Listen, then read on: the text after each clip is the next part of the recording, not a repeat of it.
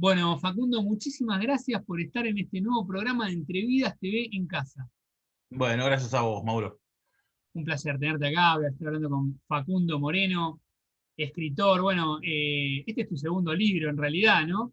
Sí, Yo sí, he sí, sí. leído UNE, pero ahora después vamos a hablar brevemente. Lo voy a nombrar ahora, ya que estoy. UNE, Culpa de la Luz, que escribiste Exacto. ahí en coautoría, ¿no? Con Con, Daniel con Caney, Daniel, sí. sí. También por Y Azul, sí. por Azul Francia en Ujú. 2019. Bueno, voy a hablar con Facundo Moreno, como dije anteriormente, de su libro A través del aire en el vacío, un libro que recomiendo, una novela adictiva, me encantó, publicada por Azul Francia también. Pero bueno, antes de hablar de la novela, Facu, vos sabés que siempre hago alguna una pregunta intro como para Sí. entrar un poco en calor. Ya la habrás pensado porque viste varias entrevistas. Quería preguntarte, bueno, ¿cómo fueron tus comienzos como lector? ¿Por dónde arrancaste, Facu? Mira, arranco como lector, recuerdo más allá de lo que es fuera del colegio, ¿no? Que en el colegio tenía literatura y me hacían leer por ahí bastante, pero el primer, digamos, fuera del colegio, el primer pinchazo que me dio curiosidad fue cuando vi la tapa, no sé, no la tapa, pero vi Cementerio de Animales en una librería y ahí conocí a Stephen King. Y bueno, el que leyó Stephen King sabe cómo es un poco eso, que es un camino de ida.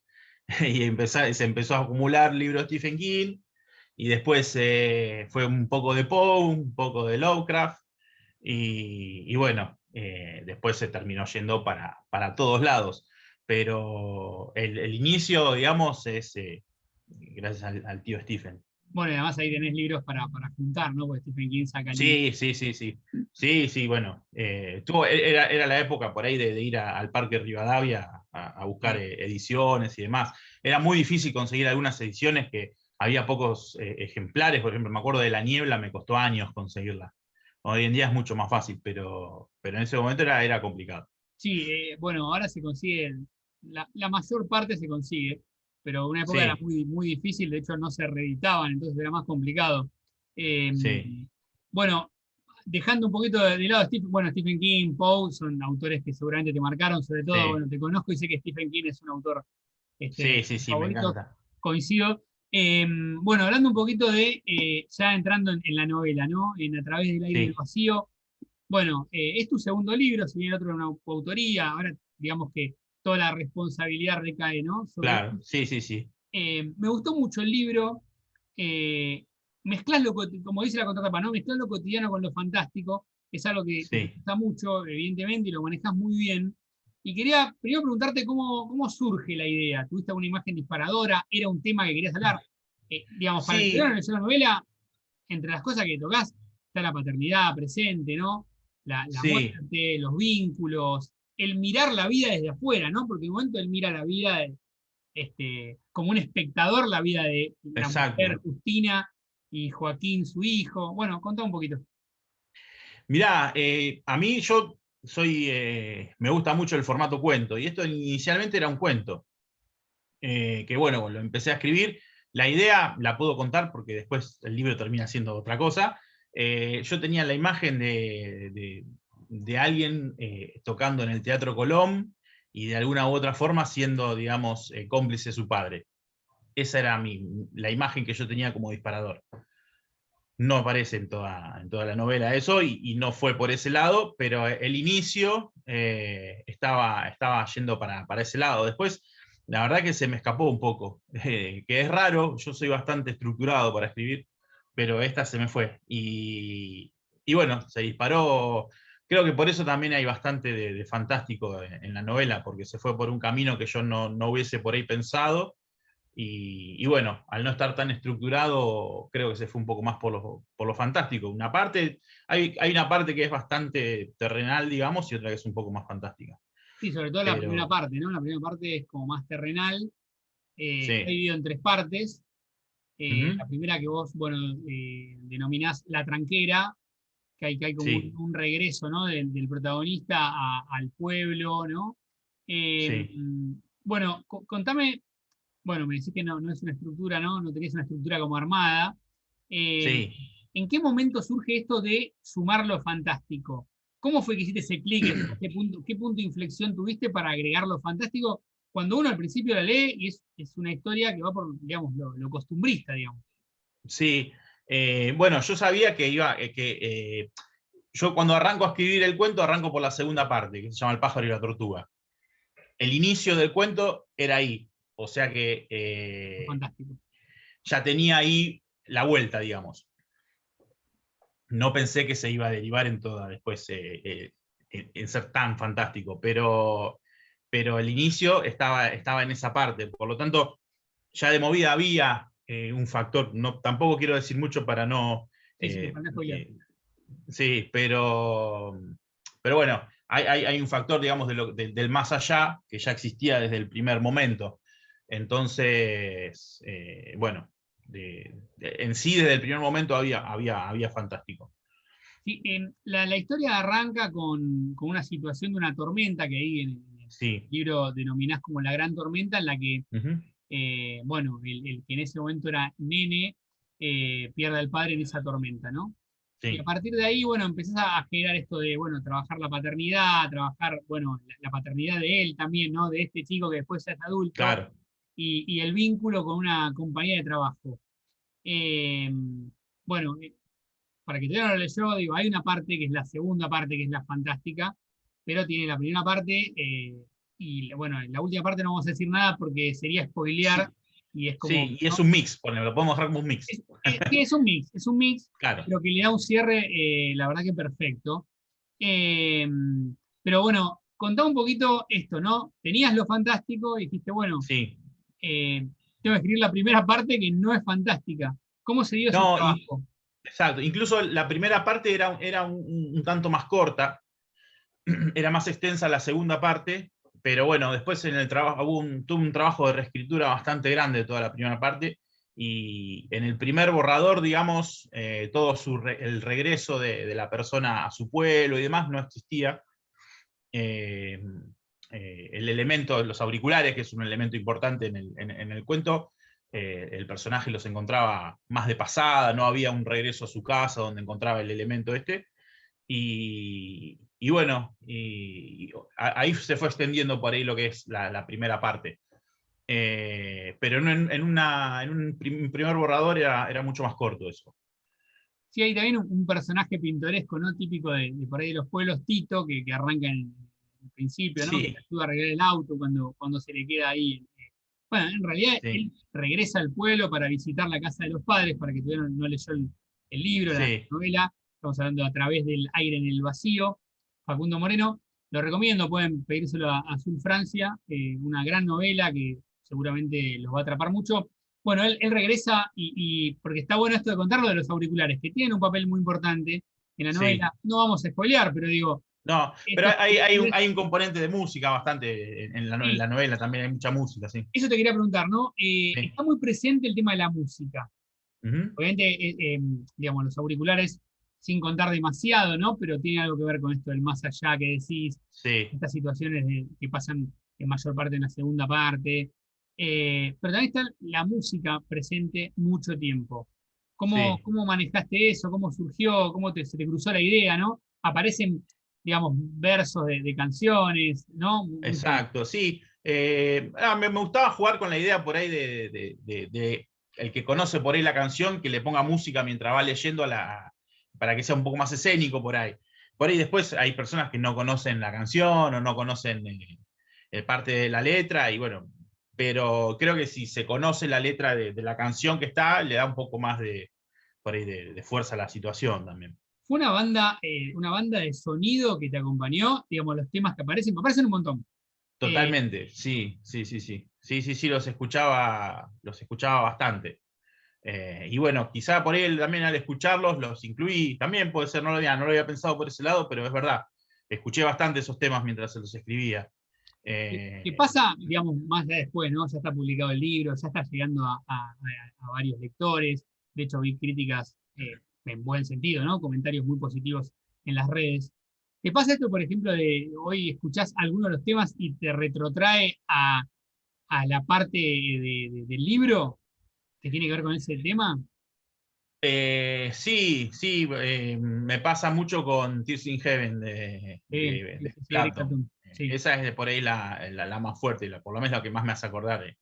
Bueno, Bueno, una escena que también estaba, ya esa escena la tenía por ahí muy presente ya desde antes de empezar a escribir también a escribir esa parte, ese capítulo en un principio, ya lo tenía bastante en la cabeza cuando arranqué. bueno, en la novela está este vínculo fuerte, ¿no? Con Joaquín. Y también Ujú. algo, ¿no? Que se da y que noté, bueno, para los que somos padres, ¿no? Eso de Sí, cuando él está en el más allá, que da esa sensación de quiero verlo crecer, quiero acompañarlo, claro. ¿no? Que es lo que uno, el que tiene un hijo, Sí, miedo, ¿no? y ese, el miedo, viste, a que te olviden, a decir si no estoy, ¿qué pasa? O a creer que la otra persona va a tener una mejor vida si uno está, y en realidad, viste, nunca se sabe, qué sé yo, ese acompañamiento, obviamente que es importante, pero bueno, quizás uno como padre también lo agranda un poco, ¿no? No, no, sí, sí, tal cual, pero bueno, me pareció, bueno, que para los que son padres, madre, ¿no? También está muy, muy claro eso, ¿no? Que es lo que uno vive en el día a día, decir, bueno, Claro, el sí, miedo, hasta dónde podés ayudar. exactamente, porque en un punto, ¿no? Cuando él está en esto del más allá, que aparece, ahora te voy a preguntar un poquito cómo aparece lo del pájaro blanco, el pájaro negro, la tortuga, ¿no? Estos Sí. personajes que están ahí. Y también, no me quiero olvidar, no me sale ahora, había notado acá que ahí está el valle de las cosas que están por suceder y el Sí. valle de las Y el cosas Valle de las Cosas que que nunca alguna vez pasaron. pasaron. Y ahora te voy a Sí. preguntar un poquito cómo surge todo eso, ¿no? Eh, Creo, mira, me acuerdo el momento, surgió en un embotellamiento de los tantos viajes yendo al trabajo. Creo que hacía media hora que estaba con el auto parado y no avanzaba. Y no me preguntes cómo, pero me cayó en la cabeza. Más que nada pensando por ahí en el momento, digamos, en el pasado y el presente, en el pasado y el futuro. eh, en qué momento si el presente existe, si en qué momento el futuro deja de ser futuro para ser pasado. Si hay un presente, digamos, que lo acompaña y hay eh, una interfaz, digamos, que pasa del futuro al pasado. Y en definitiva lo que anularía el presente. Y un poco divagando con esa idea, fue que me fue surgiendo el tema de todo, el lugar donde todo está por pasar y el lugar de todo lo que ya pasó. Y Ah, el presente como algo que no existe. muy bueno y está O bien, como que bien existe logrado, ¿no? en otro parámetro. Y digamos, las personas que van a ver la entrevista, para el que escribe o para el que quiere escribir, ¿no? ¿Cómo, digamos, cómo fue que, en dónde sentiste vos, ¿no? Que había algo que la historia pedía que sea novela y no cuento. Vos arrancaste con un cuento, como dijiste, Sí, y se hizo más larga, ¿no? ¿En qué momento sentiste que pedía que esa historia tenía que ser más larga? y porque yo empecé a querer por ahí introducir elementos y se me iba viste, el cuento, viste, medio que es eh, un mecanismo que ya está como prearmado. Eh, o por lo menos para mí, viste, cada uno, qué sé yo, tiene sus métodos. Pero yo por lo general me siento a escribir un cuento cuando ya sé cómo empieza y cómo termina. Sé que hay gente que no le, pero bueno, es mi mecanismo, viste. Eh, y, Y bueno, no, ya te digo, me costaba cerrarlo y por eso fueron surgiendo cosas a medida que lo iba escribiendo. Así todo lo escribí muy rápido, creo que fueron dos semanas que lo escribí. Y, pero bueno, después el trabajo de pulido llevó mucho más tiempo, ¿no? Como todo, escribirlo es más rápido que después corregir. Sí, sí, Pero pero bueno, se nota que eh, hay mucho trabajo de corrección, está muy, muy bien logrado, ¿no? Cada párrafo, digamos, cada texto. sí, eh, sí hubo, incluso estaba armado con 12, 13 capítulos, creo, después lo armé con otro formato de división, en las tres partes y con divisiones un poco más marcadas por ahí. Como sucede en un periodo muy largo de tiempo, era también complicado por ahí cómo dividirlo, ¿viste?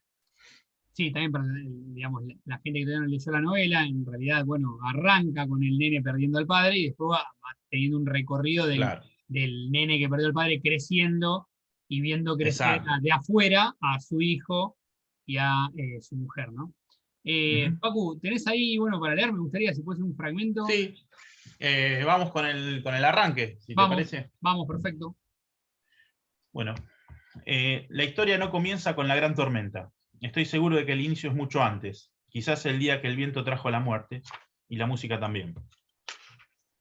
Primera parte, La tranquera. Fue en 1988, el verano en que las sonrisas cayeron al vacío. La televisión sacudió la tristeza anunciando un temporal inédito. Se desbordaron los negocios. La gente arrasó con todo lo que consideraba útil para los días que se acercaban. Comidas enlatadas, velas, abrigos, pilas. Yo vivía con mis padres a unos 5 kilómetros del centro. Nosotros también buscamos provisiones. Elegimos los comercios que tenían menos clientes haciendo filas. Saludamos y sonreímos a los vecinos que cargaban los suministros con desesperación. Llenamos bidones con gasoil para el generador. La última compra que hicimos fue un gorro de piluso que no le calzaba bien a ninguno.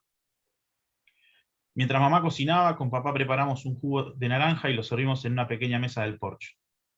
Nos sentamos atentos a la tormenta. A eso de las 18 el ocaso posó su sombra en los campos. La noche se precipitó en todo el sur de la provincia de Buenos Aires. El cielo era un concierto de destellos. El viento, todavía caluroso, desparramaba el aroma de la tierra. Una quietud invadía el aire, prólogo del primer chaparrón. Yo golpeaba el borde de la silla con los índices, hasta que papá se incorporó. Lucas, vamos adentro, me dijo. Pero papá, vos me prometiste que nos quedábamos acá. No terminé de hablar y él ya había levantado la jarra con los vasos. Enfilaba hacia adentro. Lo seguí con algo de pesadumbre, arrastrando los pies. Quería soplar fuerte para que escuchara mi enojo, pero me costaba desobedecerlo. Llegamos a la cocina, mamá dobaba la carne antes de darle el último punto de fuego. Después de apoyar la bebida en la mesa, papá se sentó en una esquina. ¿Guardaste la camioneta?, preguntó mamá. Sí, la guardé y encerré a Bruto. Bruto era un gran danés que había llegado a casa 2 años atrás. Entró al jardín sin pedir permiso, a los pocos meses ya era más alto que yo. A fuerza de destrozos se ganó el cariño de mis padres. El mío lo tuvo en el mismo instante en que lo vi. Un perro doméstico con su propio dormitorio en el galpón que funcionaba como cochera. Estábamos por cenar cuando un ruido metálico asaltó la casa. Fuimos hacia el umbral de la entrada. Un apagón nos bañó de penumbras. Silencio. Relampagueó y nuestras figuras aparecieron intermitentes. Corrí hacia papá, lo abracé. Él se inclinó y me subió en brazos. No recordaba la última vez que lo había hecho. En ese momento yo tenía casi 8 años y pesaba bastante. El sonido del trueno creció como la rajadura de un vidrio.